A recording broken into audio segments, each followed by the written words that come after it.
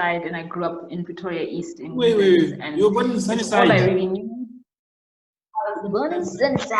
I'm a child of the city.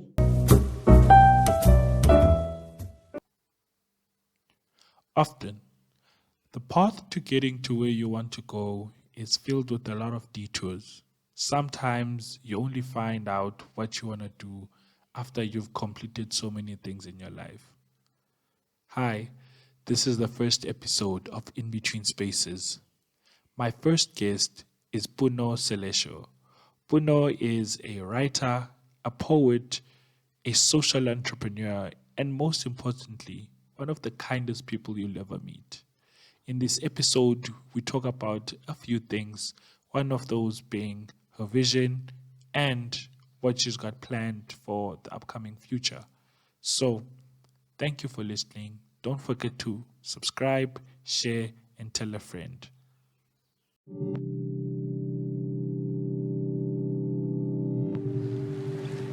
Dear, my dear daughter, black girl, you are beautiful. Your curls coiled just enough to hold and house the rich fragrances of oils and fruit which exude from you. But those on equal ends above your head are soft enough for a crown of jewels to lay perfectly. So this is the first episode of Inbetween Spaces. Inbetween Spaces is this wonderful new playlist and platform that I came up with, where I want to speak to some young pioneering people who live their life with an entrepreneurial approach. Obviously, being an having an entrepreneurial mindset isn't just being an entrepreneur, it's also in career, in creativity, and all those kind of things. So yeah, on this first episode, we have Puno Selesho, Harvest. My dear friend Puno, who is incredible, probably one of the best creatives in Pretoria, dare I say. And yeah, we're gonna talk about Puno's life, her creativity, what inspires her. And I think the first question should be, Puno, what anchors you? What anchors your life? Hey. Thank you so much for having me on your, I want to call it your show, but I don't know if that's what we call YouTube channels. Channel Kong.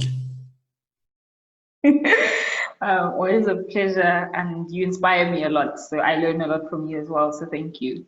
In terms of what anchors me, two main things come to my mind. First, God in every way, just cultivating a spiritual life and spiritual rhythms in my life, and having I would like to call it a personal relationship with something bigger. I am of the Christian faith, and that is the path and the avenue that I use to remaining grounded. It is, I heard a part in a song, it's a really cheesy line, but it's so true, that I know who I am because I know whose I am.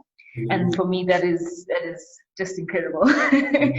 So in my identity in relation to God and what I believe of God is what keeps me grounded, no matter when the winds shake and things are confusing, or even when things are amazing. It's still good to remain grounded. That's the first thing. The second thing is the other kinds of rhythms that we create in our life, which is trying to eat well, dressing in a way that makes you happy, having a community of people around you, whether it's friends, whether it's family, exercise, all of the basic level of things that keep you human and keep you human in a healthy way. That keeps me grounded, because if I can meet those basic principles and those simple things, even if it's just every week, drinking water every day, then it's easier to navigate this life thing. Drink that H2O, guys. Eat your vegetables. Oh, please. Yeah. No, man, that's wonderful. I think definitely what everyone can tell, especially like having listened to like the poetry and everything that you create, is that you're quite grounded in, as you said, like God and your lifestyle. But as someone who grew up in Pretoria, how is Pretoria like influenced a whole lot of that, because firstly, growing up in Pretoria makes you who you are. And yeah, like how has that influenced like a lot of your creativity and like your art and all these things that you do? So Pretoria, I mean, it's the place that I was born in. I was born in Sunnyside, and I grew up in Pretoria East in England. And you were born in it's Sunnyside? all I really knew. I was born in Sunnyside. I'm a child of the city. In Sunnyside. Am I thinking like you're born in like some exotic like place in Limpopo or something, or yeah. my brother and sister they were born in a village in In Limpopo, a and village. I was born in the city. I'm a I city just girl. find it weird when someone is like they were born in a village, because I'm like, I know village. Which part? Like which area? Like a hut. Did a doctor come through, or was there like a midwife involved? And like, what was the structure in which you were born? Sure. Like all of the wives just come around and like catch the baby out of you.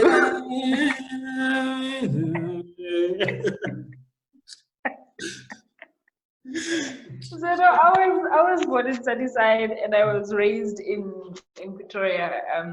So it's all I knew, and that just seemed like a very normal world to me. And as we know, Pretoria is a predominantly, I don't want to say in terms of numbers, it's a predominantly white space, but in terms of the way it operates and the overarching culture of the space is quite white and quite Afrikaans.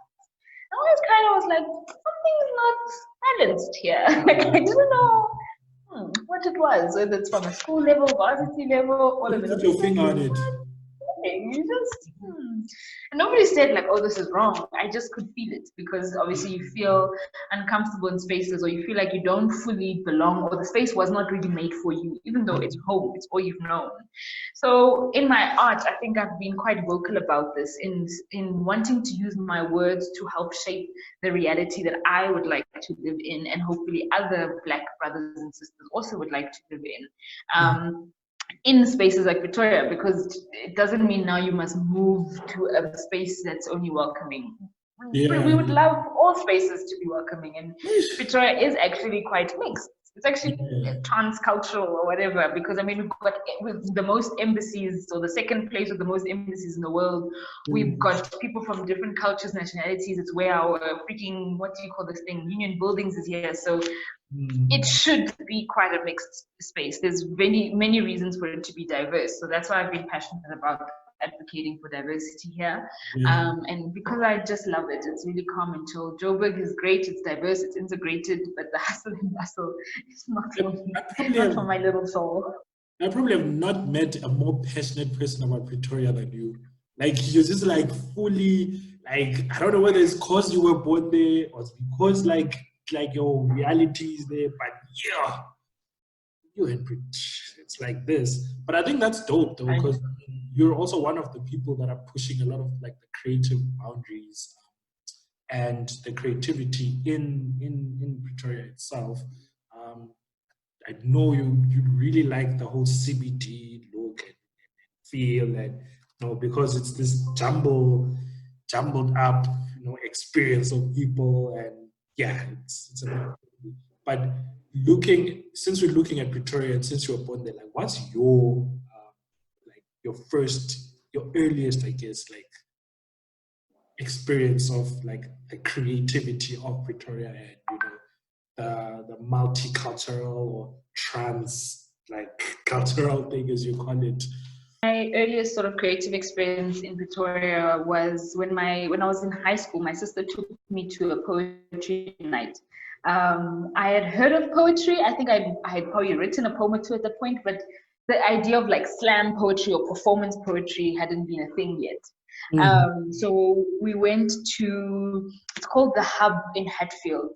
And what was that group called? I can't remember what that group was called now. but it was like one of the coolest poetry groups at university level.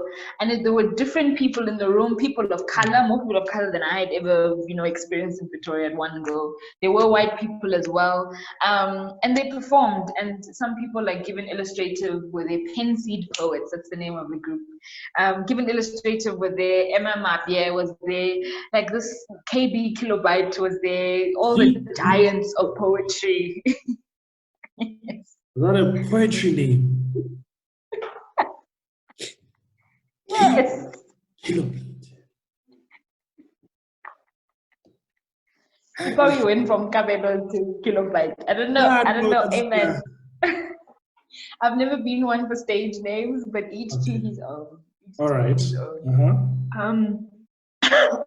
So yeah, I saw that, and just the power and the impact that those words and that space, because the hub was this cool, like wooden environment, and like it had all these university people, and I was this like tiny high school tot. Really made me come alive. Yes, sorry. So had you started like your poetry journey like before you had gone to see Kilobyte and his people? I think it was just at the point of starting, because I think I must have written and performed at school for like a variety at that point, because I think my sister invited me because she knew I had some level of interest, but I never for the life of me thought I was going to become a poet or become, make it as a career. But I think attending that session definitely helped me find my voice, because it showed me what it looks like to really properly do it, which was an unforgettable experience. Yeah, that's incredible. Now, Boons, you actually just mentioned something that caught my ear. You mentioned poetry as a career. First of all, for someone who's like young, well old, and maybe also very young, the arts isn't necessarily like everyone's chosen career, because it's usually a hobby. And knowing you, like we studied together, right? And obviously, like you didn't just go full in, you studied. So what was the moment where like you started to, I think, piece things together in terms of, maybe this could be a career. Like I know I studied that. And do you still think you would have studied what you studied and gone through that process had you, already developed that mindset of I want to do poetry like full time, and this is what I want to do? So the journey to now has been complicated and complex, because just choosing what to study was hard. At some point I was going to study social work, and then I was going to study BA own choice, and then I was going to study law, then I didn't want to study law, then I was going to do full LLB, then I was like maybe BA law and LLB, and eventually that's what I settled on, BA law and LLB. And I have no regrets in studying that. I always tell people that law taught me a little bit about everything, and because I've also got quite an entrepreneurial and business mind, it definitely fueled that. And because there's a level of advocacy as well, even in my poetry, learning about things briefly about human rights and just how jurisprudence and all of those big words like ivory tower, you're like, what's an ivory tower? And they tell you, You know what those things are.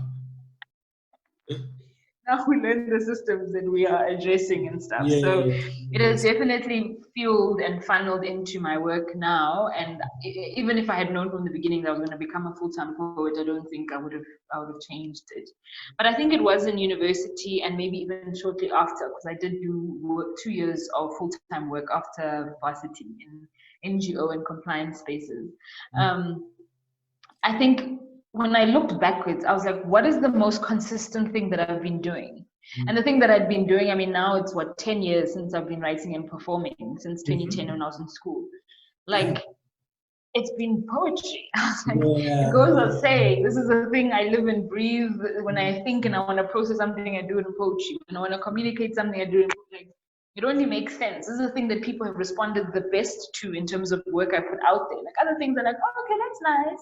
But poetry has been the thing that has made the most impact in other people's lives and in spaces. So it was a no-brainer for me when I went full freelance end of last year to be like, that's the main thing that I'm going to do. I'm going to work with words. Like, there's no other way. I will do other things. I will run businesses. I will freelance in other spaces, but this is a thing. Yeah. That's incredible. So, like, you know what, you actually mentioned also something very important that like the law taught us around like the systems and all those like those things.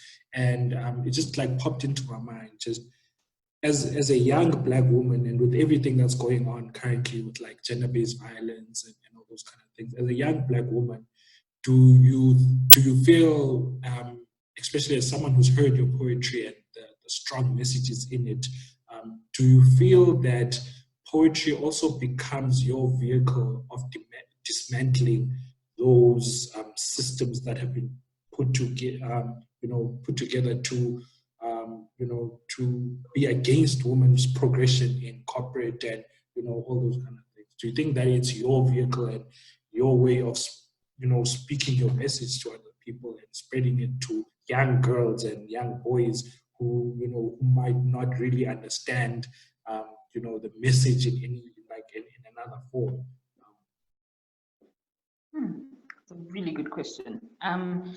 I do think so. And the reason why I think art in general, and specifically poetry, is so important in dismantling these things and getting a specific message across is like when we think of, for instance, apartheid ended and the laws changed. But what I like to tell people is that it doesn't necessarily mean that people's hearts changed. And that's where the work is now. That's the kind of work that we're doing. We change things from a systems perspective, and I mean, even systems, it's questionable, but from a rhetoric perspective and from a legal perspective. But as people, that's the human work. We're getting into it now in our psychologies, in our the way we do relationships, with decisions, etc., etc. Music and poetry. When somebody listens to a song, you have unlimited access to that person's thoughts and heart, because that's what art does. It literally goes to your soul or your head or whatever. There's no argument. It's not a political debate. It's, you have complete access, and the person is they have the freedom to say yes or no. They can cut it off, or but we are doing the hard work now. The artists are like, okay, cool. The lawyers and the legislature, people who've written the laws, constitutional court, have sorted that out. But people who now have to abide by the constitution need the inner work. And I think that's where my words come into play, as well as other artists in what they bring to the table. That's incredible. That's incredible. And I'm glad there's like voices like you, especially in times like these, where a lot of issues need very powerful and concise, vehicles in which to be transported to a whole lot of people. And I think one poem that probably stands out for me with you is the Sotka Farwa. Explain my danger to you. I am a walking, talking revolution. My revolt begins with the daily denial of the insecurities and complexities that should be stapled to my title of Black. My self-love is deadly. I'm intrigued by my... You pouring your emotions, you being vulnerable enough and letting people into, your thinking and all those kind of things. What was going through your mind, especially with, for instance, like varsity in mind? Because we were in this situation where we had the Africans must fall, and we had situations where fees must fall, and a whole lot of issues were in there. So specifically on that poem, South Kafar, like what was your thinking, and what was your formulation of that? So my dad is the kind of guy who tells you and retells you and tells you again the stories of his life and how he grew up and what he went through. And I'm grateful for that, because it instills this in me perspective, and that adds to my identity. It helps me understand where I come from. And I remember this particular night, he was telling me about the stories and just some of the hardships that he went through, being a Black man living under apartheid, working to fund his own school fees and all of those things. And it frustrated me so much because it just feels like that same sort of thinking towards the Black individual in South Africa kind of still, it still reverberates from the apartheid era till now, in the sense of not expecting us necessarily to be excellent, or not, or being confused when we are excellent, and being confused when we dare rise above the boxes that are being created of us as we're just supposed to be low income people, or the blue collar only. Not to say any of those spaces are bad or negative, but expecting us to never be across the full spectrum of what it means to be a human, which then is still subhuman, because it's weird. Narratives have dictated to us what we can be, what we should be, what we shouldn't be. And I've seen that in my own life, where people are surprised at the different kinds of level of successes that I've had in spaces, or, oh, you speak like that, or you went to that school, or you grew up in Pretoria, but where are you really from? Yeah, And it's just you become othered, as if like my blackness is not enough. Like, yes. why do you have to qualify my blackness? Well, I've always had like not really an issue, but like I've always had like more of a disagreement with the Black excellence title, I guess. Why can't I just be why can't I just be excellent and the Black is implied? Like, why does it have to be Black excellent? Why do you have to other me?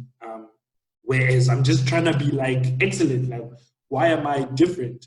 But then I guess again, that's like the question of being Black in a society that doesn't really, that's racist or whatever. It's, why am I being othered? Like, why can't I just be me and excellent? And why can't I just be like you? Absolutely. And that for me is my dad, and that whole poem is dedicated to him, because he did weird things like take my mom to Mauritius for their honeymoon. Ain't no Black man doing that. Doing a Your dad's a pioneer. Your dad's a pioneer. Yeah. They brought matching suitcases and they went to Mauritius and they were eating all of the fish. He did a whole pay now, fly later. They were there in the ocean. My mom's like, he nearly drowned. Nigga didn't know how to swim, but he was there. What? Your mom nearly drowned. What the? It was wild. No, it was wild. I'm sure she never let your dad. She never let your dad forget. Like 50 years on, remember the day you almost made me drown. We had no business in Mauritius. My goodness. No, but that's a great. Yeah. Sure. So he's the limits that people placed on Blackness, he never really abided by that. My dad was that guy who, when he worked at a bank, he drove around in a car without a license, because getting a license as a Black man was a whole other process. But he just drove, and because he was neatly dressed and kind, the police people would never check him. He was that guy. He was like, I'm just gonna live my life because y'all put your restrictions on me, but I know who I am and I know I've got to get business done. So I think I've adopted that kind of an outlook as well, of like, cool, people can think what they want to think, but I'm just gonna be me. And I think Swat Safa came from that place of like, guys, just do you, be you. People who are afraid of you or who limit you because of your Black skin, they must first of all be honest with how they view you. We need to address those prejudices, but also, despite that, continue to pursue your greatest version of yourself. No, that's incredible, Boons. And I feel like you've also taken that to other places and other ventures that you're in, and you've taken that empowerment through your poetry and you've actually actualized it into something like Cherry Blossom. And Cherry Blossom is like this incredible, like, I don't even know what to call it, because it's not like a project, like it's not like a thing you stopped or, a momentary thing. It feels like a continuous thing. Rather, for me personally, I feel like it feels like an extension of your poetry, because as much as your poetry is empowering to people, Cherry Blossom also aims to empower underprivileged girls. Do you want to like talk a bit about like Cherry Blossom and really what the inception of Cherry Blossom, what blossomed this idea? Yes, Cherry Blossom was started in 2014. So the original aim was to supply girls who are from underprivileged areas with pre-loved matric dance dresses, just so that they can also have the experience of feeling like a queen. Exactly. Just, it's nice to look pretty and feel pretty. You feel how you look at times, and just re-dignify, like giving back dignity. And it was just born from the space of seeing my own matric dance dress in my house, and being like, I'm never gonna use this again. And I'm not the kind of person to be like, oh, let me sell it, or let me just keep it forever and ever. Amen. I'm the kind of person to be like, who else could use this? How can we use this in a better way? And then I was like, maybe there's other people who want to do it. And because of Mandela, I know not everybody likes Mandela, but it was 66.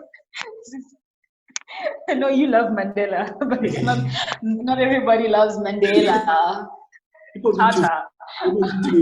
need to fix their souls, because Tata is exactly the man we needed at the time. So yes, I agree.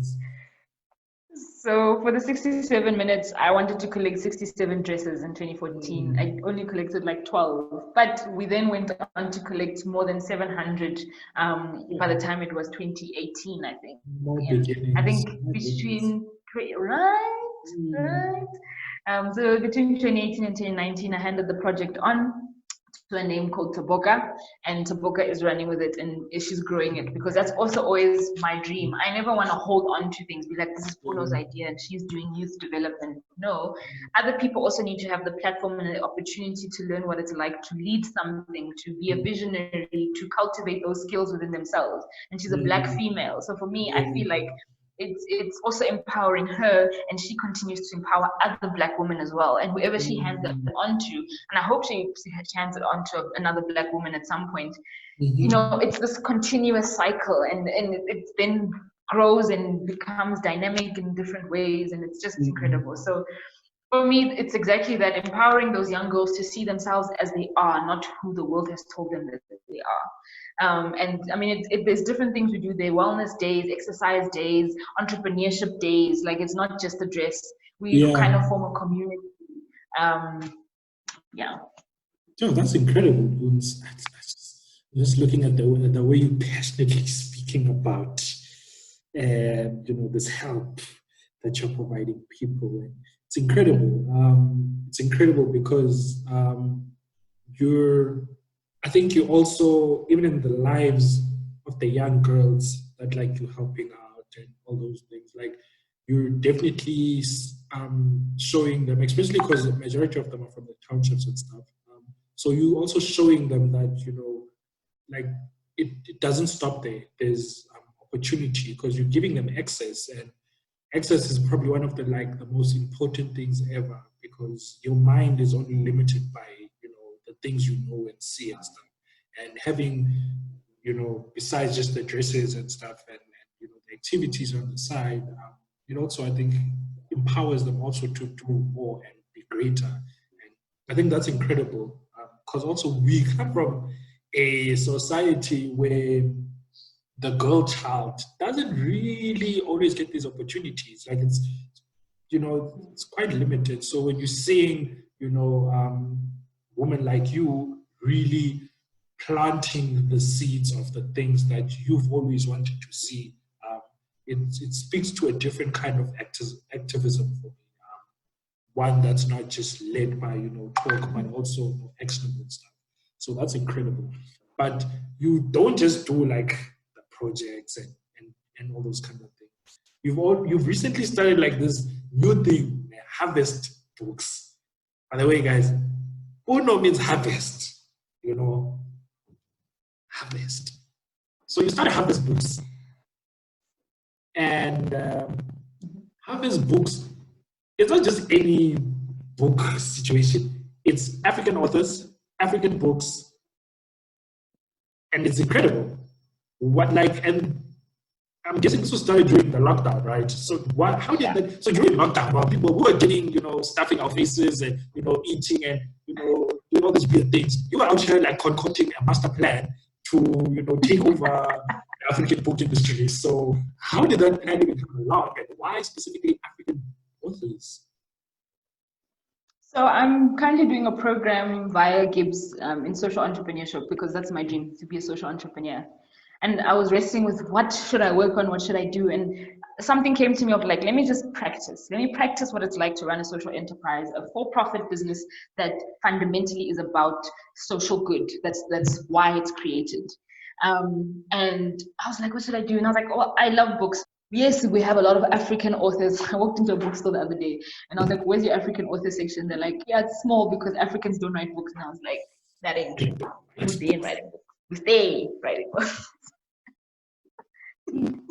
Damn. Like any entrepreneur, you saw a problem. Like, I need to solve this problem. Yes, absolutely. And that bookstore that I walked in was a secondhand bookstore. So I was like, you know what, let's sell secondhand authored books. It's going to be more difficult to find, but it's not impossible. And we just make it small. It's a niche market. We only sell 12 books a week. Every week I look for new books, but I find them from various sources. And those profits go to I'm building an online or WhatsApp village, which is a village my mom is from, and that's going to launch in September. Where they're going to be able to read stories from nalibali.org, where they have free short stories for kids in all various languages.